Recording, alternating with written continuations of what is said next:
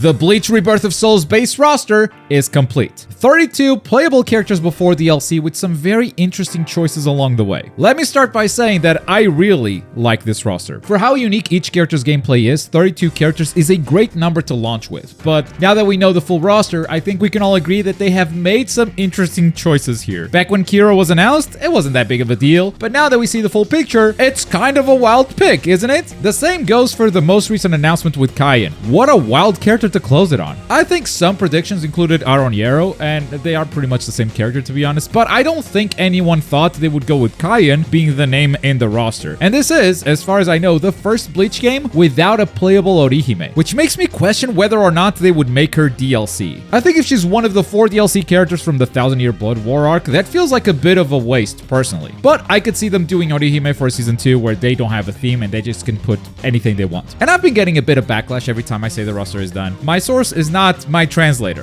whose name is Google, by the way. I have never once confirmed something translated by Google. I have double-checked this with 3 or 4 different sources, but if you don't want to take my word for it, I guess you can cope until next Monday, because you're not getting a character trailer next Monday. You may get a trailer, but it's not a character reveal. At most, and unlike what I just said, this is a guess, we get something like White Ichigo is playable, but he kind of plays like Ichigo with some different kick-on moves. Or Aroniero is playable. He's a skin for Kaien. So yeah, maybe an Echo character or a character skin that makes them be someone else, but a full new character with a completely unique moveset, we are done. Until DLC, of course. And so today, I want to look at the final 3 announcements, break down their movesets, and see how they fit into the game. Which, by the way, is going to have 2 tournaments only a week after release. Europe is going to play on my channel, and North America is going to play on Keon's. These are both PlayStation tournaments on the same day, each one with a prize pool as well. You can sign up for free. The links are down below if you want to play, but if you just want to watch, come by Twitch on Saturday, March 29. The link is also down below. And we're going to start with Kaien himself, the last character to get announced. Kaien has a unique gauge called the Current Aura State. He fills it up by landing his signature move as well as one of his spiritual pressure moves. After landing those, you get a full bar, which starts slowly depleting, but it gives Kaien increased damage, increased number of hits, and increased guard damage as well. Since this is a character with a unique gauge, the trailer didn't show us his signature move, but we can go to the website to check it out, and instead of using the official Japanese website today, I'm going to use this fan-made website called Resource of Souls, as the translations are a lot better than just using my dedicated translator, Google, and the interface is a lot easier to navigate too. They've got info on all the characters as well if you want to browse this for yourself for a while. But his signature move is Tumbling Current. Kaien twirls his weapon around while holding the button. Once you release the button, he stabs the weapon into the ground, releasing a water pulse. Kaien is then surrounded by a water current for a variable amount of time, depending on how long you held the button for. Not sure if this is what we can see here, but later in the trailer you can see him do this move. He is spinning the weapon for a couple of frames before stabbing it into the ground, so it matches the description at the very least. So if that is the signature move and he lands that, that's how he gets the aura gauge, which he also gets by landing his spiritual move too, Sore Suiha. This is a forward rushing move that covers quite the distance. So you've got a move that rushes to an opponent and another that's more of a short range move in case the opponent rushes you. Those seem to be your 2 options for activating the aura gauge. But I did skip a spiritual pressure move here so we could talk about his aura first, but it seems like he also has a counterattack on spiritual pressure move 1. Sakanami is a quick spear thrust that seems to have some invincibility on startup. Then we have his awakening, which doesn't change his moveset significantly, but makes it easier to maintain his aura gauge. So I'm guessing the only difference is that the aura depletes slower, but that also means that Kaien keeps his damage buff for longer. Kaien seems like a pretty straightforward character to use, a rushdown character with a counterattack that likes to keep his aura gauge active for as long as possible so he can take advantage of those attacking buffs. In a lot of ways, Kaien feels similar to our next character, Tyr Halibel. Guess what? She also has an aura gauge. This one, however, accumulates when any of her attacks land, but her attack buff only activates when her aura is above 50% and starts gradually decreasing when she doesn't land an attack for a while. Her signature move seems very interesting, the most interesting I've seen in a while. It's called Drift, and it's a movement ability, not an attacking move. This has her charging towards her target with immense speed. Now, we don't have any footage, unfortunately, but it will be interesting to see how much better this is compared to the game's universal dash. And this being a signature move, I wonder how it fits into her combo theory. I can see this being a crazy ability for sure. For her spiritual pressure moves, first we have a simple projectile. If your aura gauge is depleting slowly and you're getting outspaced by your opponent, this could be a good way to stop it from depleting completely.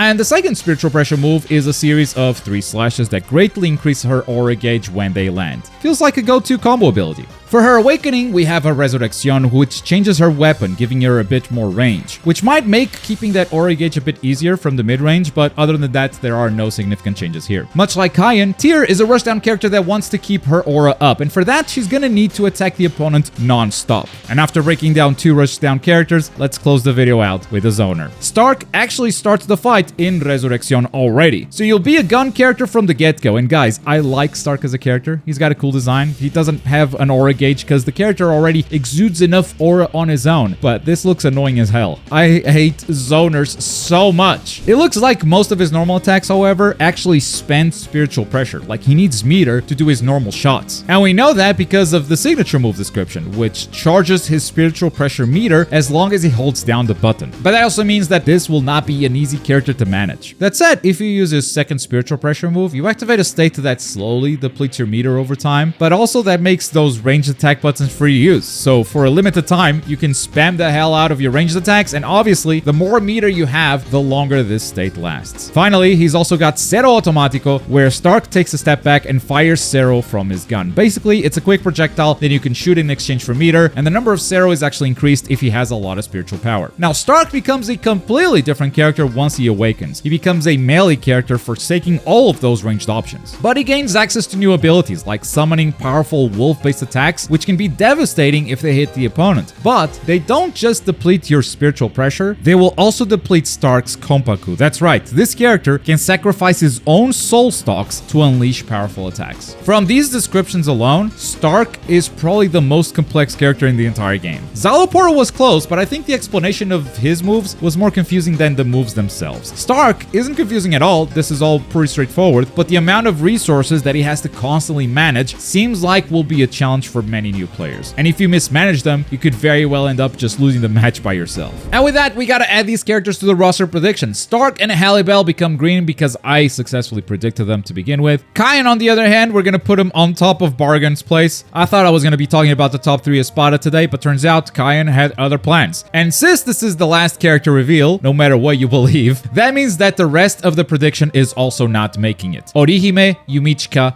and White. Though I am hopeful that White will still become a skin with unique Kikon moves. We could call that maybe an Echo character, because we have seen that in story mode, so I feel like that's just easy work. But that's not a full character with a unique moveset, so that wouldn't count for the roster prediction anyway. I'm actually super happy with this prediction. I got very close with the roster number, only 3 characters off. I said 35 and we got 32. And of the characters that made it, I only missed 4. So that's an 80% successful prediction. Not bad for a fake Bleach fan. And since this is the last time we're doing this, let's wrap up this series with your comments. Let's see where you guys are at. I really love how despite having the same skill twice, Ikkaku still has 3 unique skills he can use for his mix-up and combos. We have seen characters with a counter or a simple slash as a spiritual pressure move, and he has those for free, pretty much. I may have been a bit too harsh on Ikkaku because his old character seems to be about the stance, and the stance evolves into 3 moves. But if you change your perspective like this comment does right here, that means he still has 3 moves like everyone else, he just has multiple ways to do them. So I may have been a bit too harsh on Ikkaku when I described them for sure. Overall, I'm happy with the base roster. When this game was first revealed, I thought it was only gonna have a very small roster, like 14 characters or something. To end up with 30 plus is great. That said, Bleach fans, this is it! Y'all gotta support this game because if it fails, I don't think Bleach gets another chance. This has always been something that makes me very conflicted when it comes to anime games. I've wanted a Bleach console game for a very long time, and now we finally have one. I want there to be a future in Bleach console games because I love this series. That said, what if the game comes out and it sucks? Like, I don't want to support that. And is the message we're sending that Bleach games don't really work on console? They will only work as, like,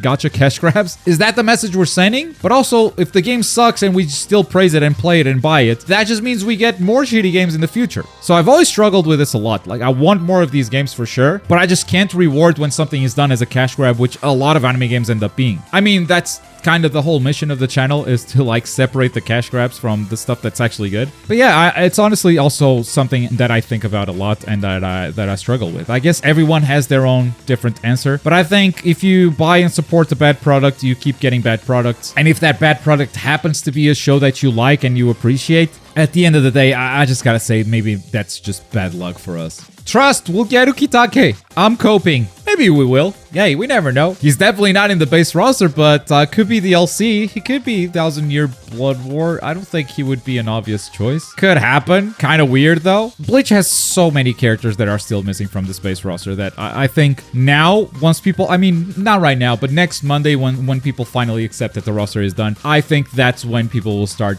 raging about the characters that are missing. Right now, they'll rage at me because I'm the messenger and they won't trust me.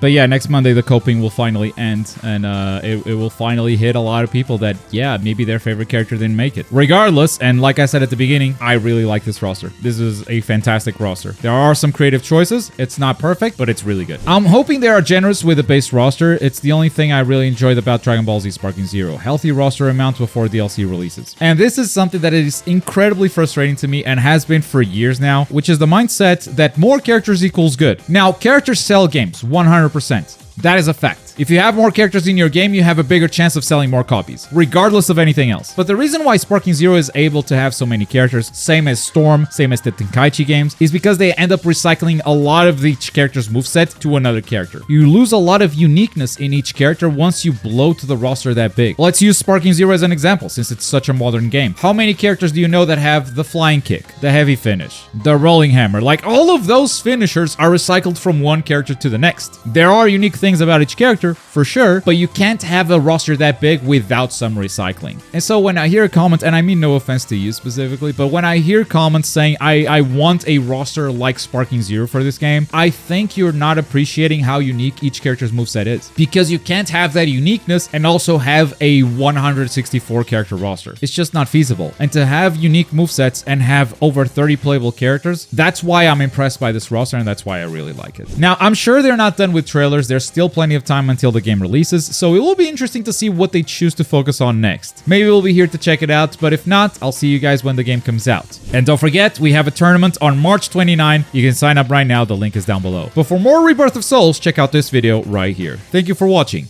Bye.